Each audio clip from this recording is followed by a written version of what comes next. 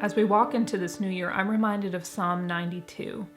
Teach us to number our days, that we may gain a heart of wisdom. Maybe you're feeling like you're fighting an invisible battle against overwhelm, distraction, or even yourself. Here's the truth. In every successful battle, two things are essential: knowing your opponent and having a good strategy. Your mind is so key in winning any battle, and the same is true in life. So if you want to walk into a year of healing and purpose and peace, it starts with asking the hard questions. In this video today, we're going to explore 10 kind of uncomfortable but really healthy questions to ask ourselves to begin to transform our lives and align with God's purpose for them. If you're new here, this is the Little House on the Mountain. My name is Lee, and we're all about healed and intentional living. So friend, these questions aren't necessarily all easy to answer, but they're the kind of questions that should stir our souls and bring clarity and move us closer to healing. So let's journey through these together with grace and with some curiosity. Number 1, am I living in alignment with God's plan for my life? This question invites us to look honestly at how we're spending our time and our energy and our focus. Are we pursuing God's purpose for our life? Or are we stuck in patterns of fear, doubt, busyness? Are we stuck in cycles of dwelling on things in our mind that are not praiseworthy and speaking words out loud to ourselves and other people that are full of destruction? You see, when we feel out of alignment, it's often because we're trying to control things instead of trusting God and surrendering to His Lordship.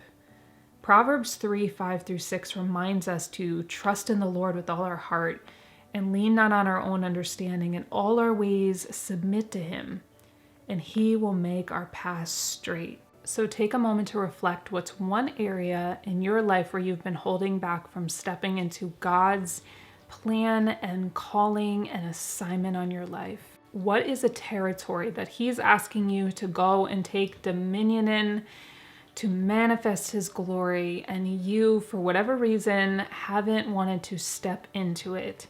Maybe it's a career shift, or trying something that you're afraid to try, mending a relationship, but letting something go, something that no longer serves you or the purpose that God has for your life.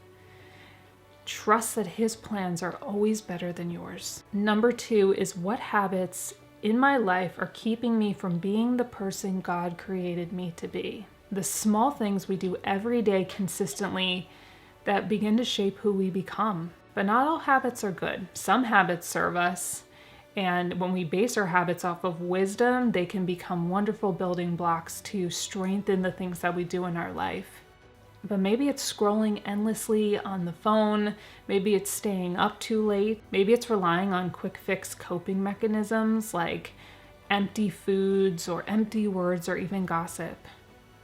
God is calling us to steward our lives well and the things that He's given us, not only to maintain them, but to multiply and to make fruitful the things that He's put in our lives. So let's take some inventory of our daily habits, what is and isn't glorifying to God, and the things that He's placed in our life. What's one habit that we can let go of that's really draining us and keeping us from living the fullness of our purpose in Him? And what's one life-giving habit that you can replace it with? Small intentional changes add up over time. Number 3 is, am I treating my body as a temple of the Holy Spirit? Our bodies are complex and incredible gifts from God, intricately designed to heal, to grow, to mend, and to thrive. But how often do we treat them like an afterthought or even a garbage disposal? Fast, empty, processed food, too much stress, not enough rest can really take their toll on our body.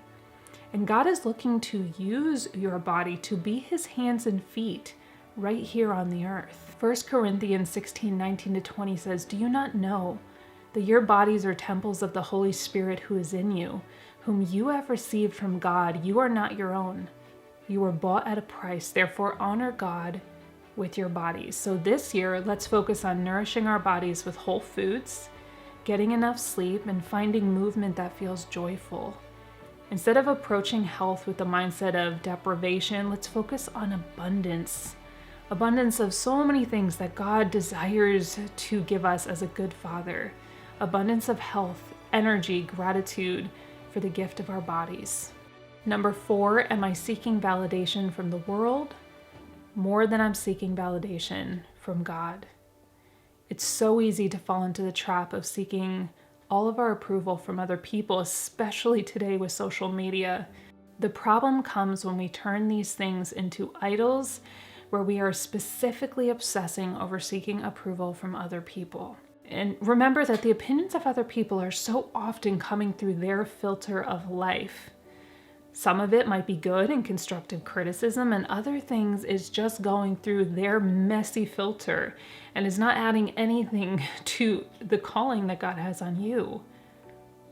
Instead of asking, what will everybody think of this? Ask, what does God think of this? Number 5, have I been holding onto bitterness, anger, or unforgiveness? Unforgiveness, friends, is like a poison we drink, hoping it will go ahead and hurt the other person. But in reality, it's only hurting us. Forgiveness isn't about excusing what happened, it's about releasing it to God and choosing freedom. Number 6, what distractions are keeping me from spending time with God? Our world is noisy. Between social media, endless to-do lists, constant notifications, being sold this lie that our identity comes through our achievements, it's easy to let our quiet time with God slip away. But Matthew 6:33 reminds us, seek first his kingdom and his righteousness, and all these things shall be given to you as well. Number 7, am I creating an environment that fosters peace and healing? Our surroundings impact us more than we realize. Now, the reality is you can't always control your environment or the way other people are acting, but you can control your part in creating the environment. Number 8, what uncomfortable step do I need to take to step into my purpose? Growth often requires discomfort. Maybe God is calling you to start something new. Let go of something old or step into an unknown. Trust that he will equip you for the task he has called you to. Isaiah 41:10 says, so do not fear, for I am with you. Do not be dismayed, for I am your God. I will strengthen you and I will help you. So take that step. Right now, I'm telling you, take that step, even if it feels scary. God's got you. Number 9, am I choosing quick fixes over long-term healing? We live in a culture of instant gratification, but true healing, it takes time. It's not about quick fixes. It's about creating habits and environments that support long-term health and growth. It's about sustainable, transformational success. Romans 12:2 reminds us to be transformed by the renewing of our minds. So what's one area where you can choose patience and persistence this year? And finally, number 10, am I stewarding my time, energy, and resources well? Our time and our energy and our resources are gifts from God. Are you using them to glorify him? Or are you scattering your energy in too many directions and not protecting your peace? Psalm 90:12 says, teach us to number our days, that we may gain a heart of wisdom. This year, let's steward our lives with intention, focus, and gratitude, and focus on being a kingdom people that multiplies instead of divides. So friends, these questions aren't meant to overwhelm you. They're meant to inspire you. God created you with a purpose. He wants to see you thrive, heal, grow, and transform. If you want to go deeper, I've created a free digital download called the Healing Era Starter Kit to help you start your journey. And you can also download my free Women Are the Moon booklet, or you can join me with my course if you kind of want to go head first in, called Entering Your Healing Era, and we're just gonna peel back all the layers of the shenanigans and step into God's design for our healing. So let's walk into this new year with courage, faith, and definitely intention. You're not alone on this journey, friend. So thank you so much for being here with me today. I appreciate all of you so much. I'm sending you love and encouragement from the little house on the mountain, and Lord willing, I will see each and every one of you beautiful and precious souls right here on the next one. Bye, friends.